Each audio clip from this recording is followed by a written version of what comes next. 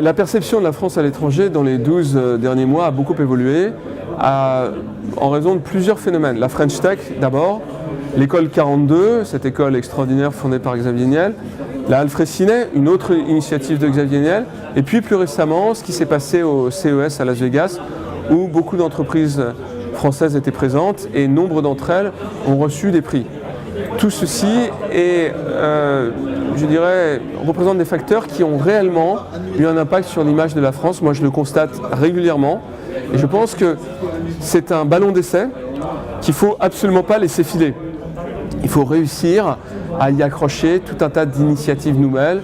Il faut changer un certain nombre de régulations qui sont encore trop conservatives à l'égard de l'émergence de ce foisonnement d'innovation que l'on observe, notamment à l'égard de la data. Et j'espère que nos pouvoirs publics seront conscients de cette opportunité et auront l'audace de réguler dans le bon sens. Je pense que l'enjeu va beaucoup plus loin en matière de régulation des données qu'on ne l'imagine. C'est tout repenser. C'est la notion de responsabilité individuelle par rapport aux autres citoyens. Et puis c'est d'une façon générale la notion de solidarité qui est remise en cause. Je m'explique. On peut très bien imaginer demain que des services un peu totalitaires fassent que quand vous ne traversez pas dans les clous, votre téléphone mobile le détecte immédiatement, vous n'êtes pas sur les clous et vous recevez, quand vous arrivez sur le trottoir d'en face, une amende de 20 € pour être sorti des clous. Ça, c'est l'état Big Brother, c'est très facile technologiquement à faire et ça pourrait être fait dans tous les domaines. On pourrait dire, vous n'avez pas fini votre plaquette d'antibiotiques, on vous met une amende ou on vous rembourse moins la sécurité sociale. Et tout ça va nous pousser, à court terme, à repenser l'interaction des citoyens avec l'ensemble des services publics tels qu'ils existent. Et on peut faire des choses magnifiques, on peut détecter par exemple l'émergence de maladies avant qu'elles ne surviennent, on peut détecter le risque de décrochage scolaire, on peut réussir à diminuer la délinquance par des actions de prévention efficaces, mais on peut aussi faire une société orwellienne.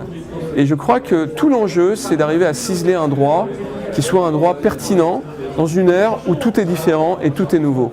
Et c'est pour ça que moi j'en appelle au débat citoyen et c'est pour ça également que j'ai finalement commis un certain nombre d'attaques assez directes à l'égard de la CNIL qui me semble rester une institution technocratique, une autorité administrative non démocratique et de fait je pense le temps est venu de repenser la façon dont une régulation optimale dans un champ où les concepts sont extrêmement différents pour réussir à aborder convenablement la régulation de ces enjeux.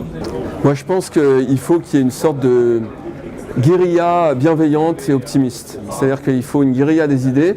C'est pas parce que les gens sont là depuis 30 ou 40 ans qu'ils ont raison. Et je pense qu'il y a au moins un débat à avoir sur le mode de régulation tel qu'il existe à l'égard des données dans notre pays. Sur ma liste pour le Père Noël, j'ai beaucoup de requêtes législatives et en matière de régulation.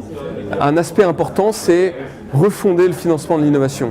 Je pense que les lois concernant l'ISF sont stupides et méritent fondamentalement d'être réformées. Et c'est aberrant qu'on ne le voit pas à ce point-là. Et puis, il faut faire en sorte d'abonder 1% de l'assurance vie vers l'innovation.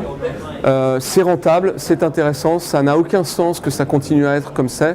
Et on changerait la face de ce pays juste avec ces deux mesures.